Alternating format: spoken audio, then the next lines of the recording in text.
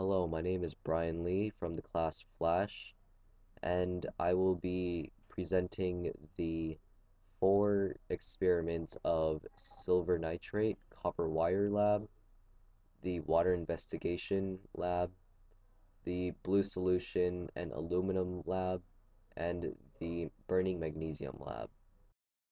Our first experiment is the copper wire and silver nitrate lab. In this experiment, we used a copper wire, about 20 milliliters of distilled water, and 1 gram of silver nitrate. The first step to the experiment was to mix silver nitrate into the distilled water. Silver cannot dissolve on its own without the help of nitrate. When we place the copper wire into the dissolved silver nitrate solution, we can see that there is a silver coating around the copper wire that touches the liquid. We can conclude that around the wire is silver. The silver came from the silver nitrate, where the copper wire atoms were mixed in with nitrate, replacing silver atoms. Similar to silver, copper cannot dissolve into the liquid by itself without the help of nitrate. Once the copper is combined with the nitrate, it leaves silver at the bottom of the beaker or still attached to the copper wire.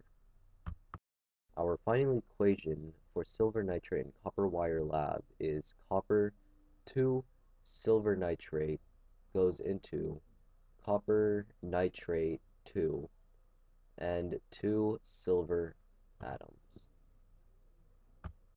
Our next experiment is the water investigation lab, where we attempted to separate hydrogen and oxygen using a battery because it has both negative and a positive charge. We filled a beaker, about 20 milliliters, and 2 test tubes completely submerged into the distilled water. Then we placed a red wire, the negative, and the black wire, the positive, in each of the test tubes. When we connected the battery to the wires, bubbles started to form, separating oxygen and hydrogen, where hydrogen was found being created by the red wires while oxygen was created by the black wires. We can tell by the ratio of how many atoms of each of the elements had because of the ratio of 1 oxygen to 2 hydrogen. Our final equation for the water investigation lab was 2H2O, which goes to 2H2 plus 2O. The reason for this is because we started with regular water, or H2O, and separated the hydrogen to oxygen. Our third experiment is the blue solution and aluminum lab. In this lab, we took blue solution, or copper chloride, and placed aluminum foil inside of it. Once we placed the foil into the blue solution, about a few minutes later, brown chunks at the bottom of the beaker started to form. Those chunks were pure copper, and the copper chloride, or the blue solution, was turning into aluminum chloride, where aluminum was replacing the copper atoms inside of the copper chloride.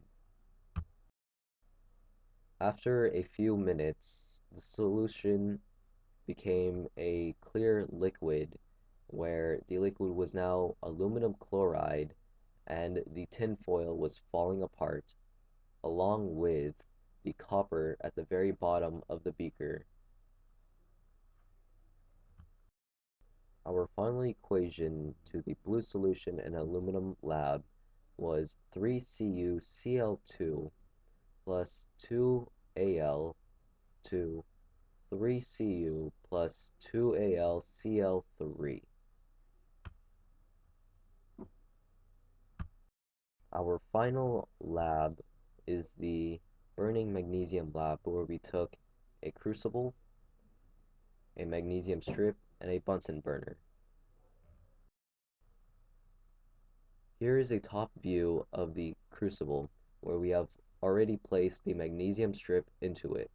Heat is already being applied to the crucible. Remember, magnesium is a alkaline earth metal, which are highly reactive to oxygen. About 10 minutes into the experiment, you could see as the magnesium strip starts to lose its shape of a strip and turn into an almost powder-like form, where magnesium and oxygen are starting to bond. 15 minutes into the experiment, the magnesium started to glow because magnesium is highly reactive to oxygen, creating heat and a light. The aftermath of the experiment was a white powder at the bottom of the crucible. Our final equation to the burning magnesium lab is 2Mg plus O2 to 2MgO.